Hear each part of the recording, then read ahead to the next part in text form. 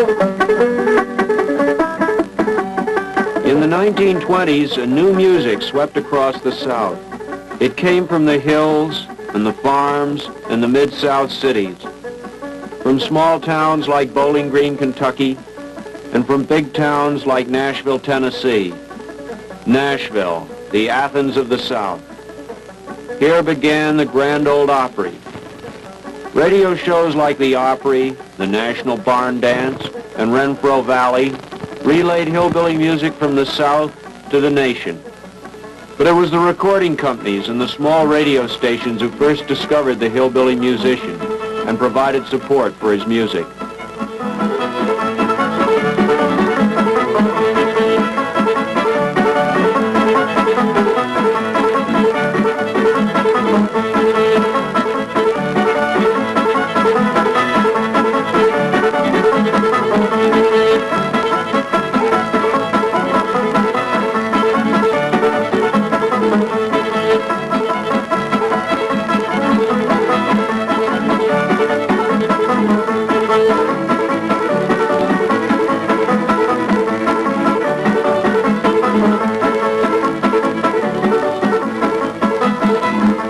My students are always referring to my folk song course as Hillbilly 101 or something like that, and this really drives me crazy because they hear the nasal quality of mountain singing and they sense the rural atmosphere in mountain singing and they equate that with hillbilly.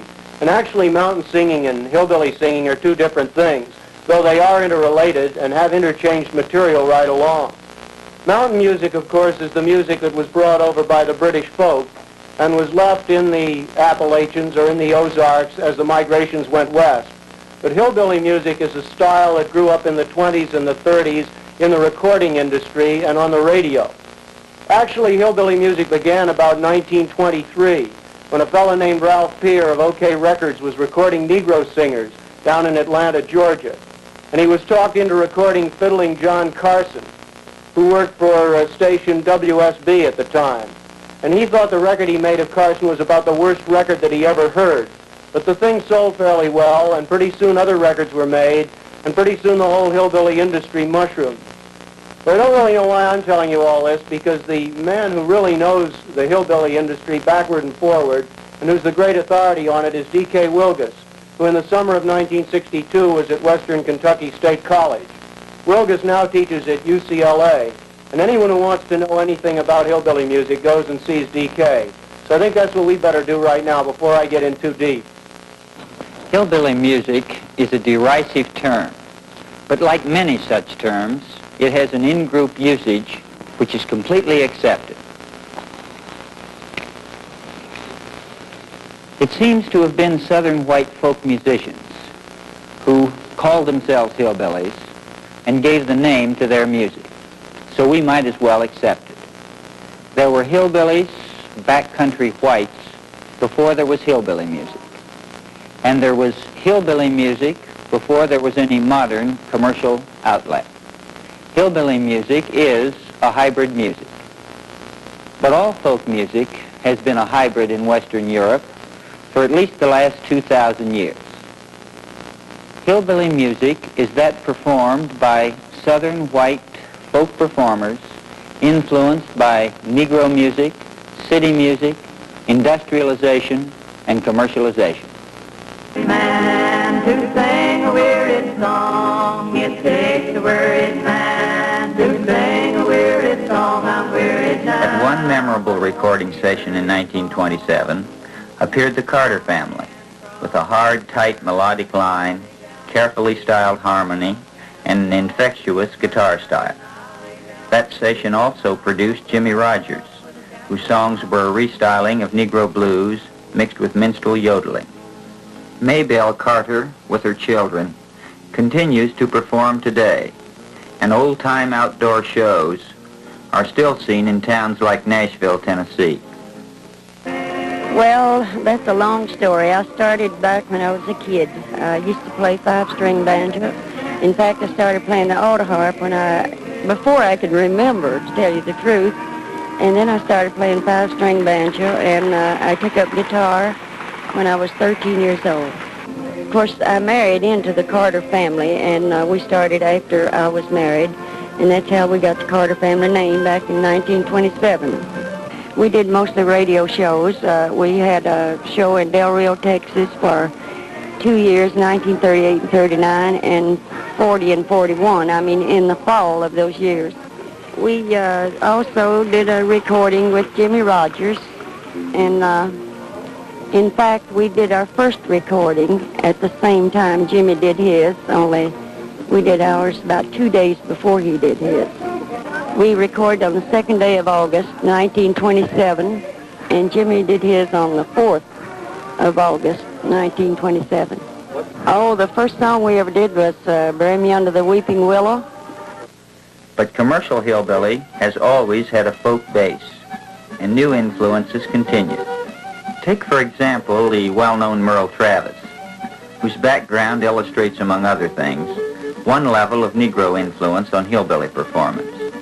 Travis, leading exponent of one of the most complex folk guitar styles in the United States, grew up in the mining country of western Kentucky, where Negroes and whites worked together in the mines and shared some traditions. Travis learned from slightly older white performers, Ike Everly, Kennedy Jones, and particularly Mose Rager. Mose has left his days of all-night picking behind him and is a solid citizen of Drakesboro. Well, Mose, you been doing any much picking lately? No, I really haven't. I haven't played any it's been years since I really played any music to amount to anything. Been thumping around the house a little every once in a while. Well, do you think you could play me a little bit of that old Pilgrim song? It might be a little rusty, but I'll try to thump off a tune.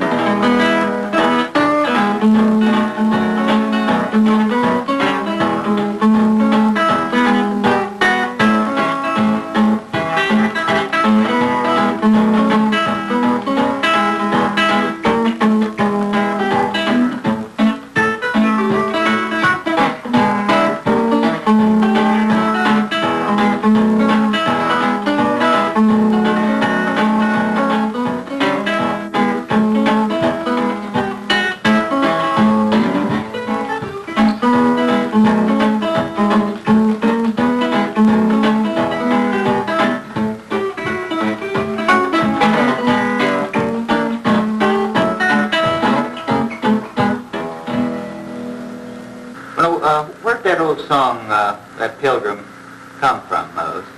That old song, I Am a Pilgrim, we sang that old song around here years ago. It seemed like to me about 30 years ago.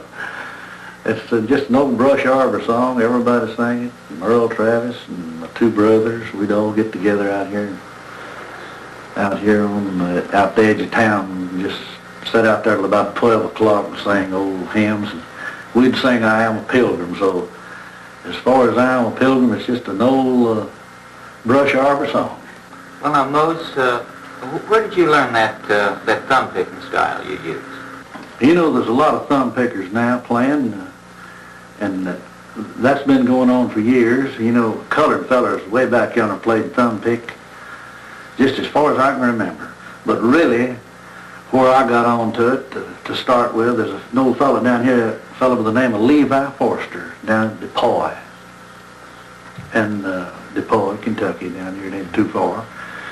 And he'd come over and sit up till bedtime, you know, and pick for us maybe one night a week. We just enjoy it. And he played that old thumb lick. Of course, he didn't have no thumb pick, but he played the thumb lick, and so I tried to get on the way he played. I thought it was really good, which it was back then. You didn't have any electric amplifiers in those days? Oh, no, not those days. We wasn't such a thing as it was just an old plug box, looked like a Hawaiian guitar. The strings is about that high off the neck. Well, I'd like to hear a little bit of how that style sounds on a modern amplified guitar. Okay, doke. Hold it, Bob. No.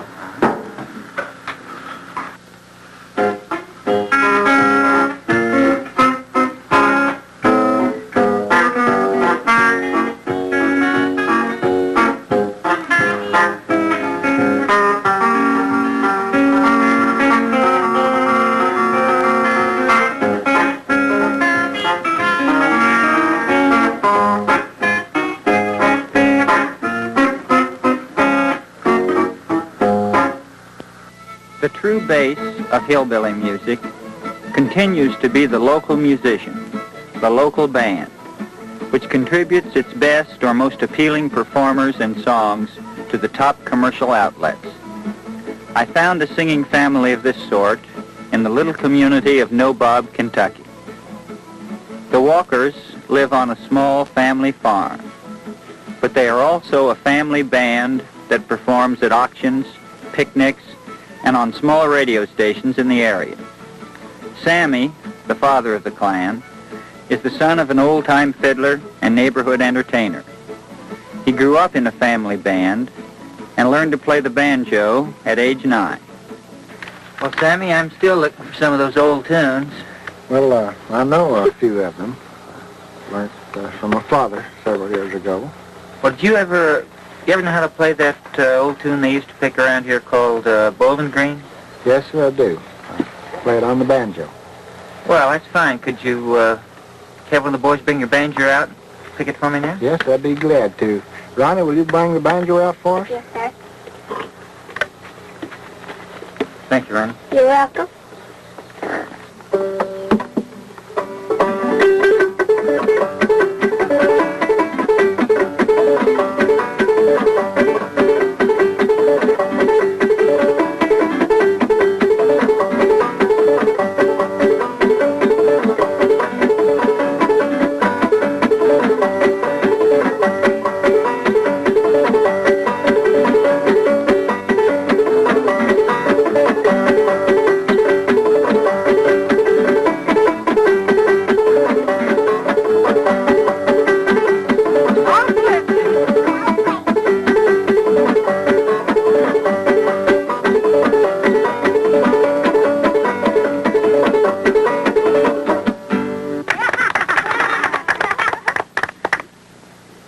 That was real fine, Sammy. I like those old-time ones. I like to play them, too. That's one of the older ones, you know. Sammy, you taught your wife to play the guitar after you were married, didn't you? Yes, I did. Well, Bernice, could you sing one of those old songs that you used to sing before then for maybe part of Hangman? Yes, I learned Hangman from the older generation when I was a little bitty girl, and I think it's a real old song. Hangman, hangman, ho, on the road we walk while, thought I saw my sweetheart from many a mile. Sweetheart, sweetheart, let me go, let me free, or here you come towards me, upon yellow.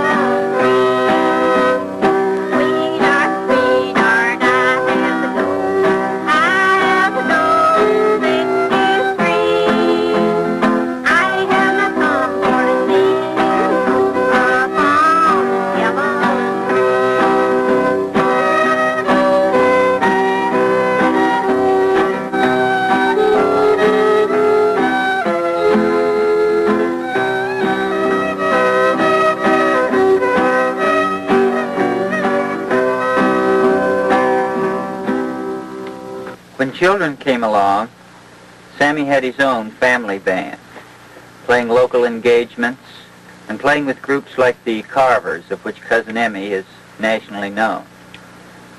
A lot of the children have moved through the band, married, and moved away, but Nell Walker remains devoted to the family music. Nell, could you sing us one of the songs you learned from your grandmother? Yes, how about Raleigh True Love? That would be nice. As I went out one morning to view the morning star, Raleigh true love, true Raleigh day. As I went out one morning to view the morning star, I heard a loving mother talking to her daughter dear, Raleigh true love, true Raleigh day. Now her shirt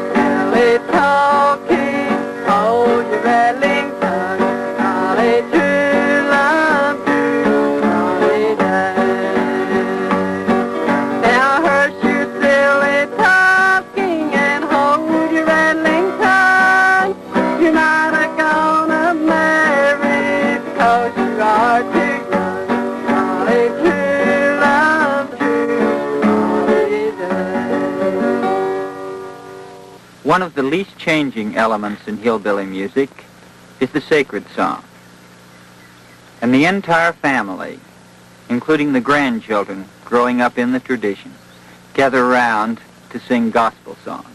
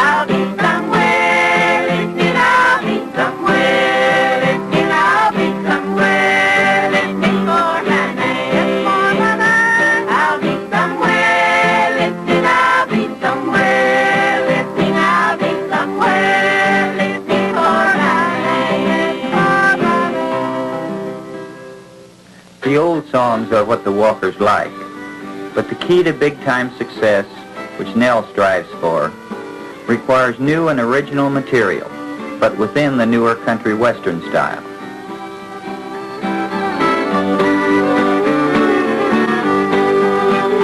As I read the letter you wrote me this morning, it tells of us love and now it's true. Oh, I'm glad it's all over, oh, somehow I recovered, but I couldn't believe it now if I had known. Oh, I never believed it, dearie, I hadn't seen it. Why do I love him like I do?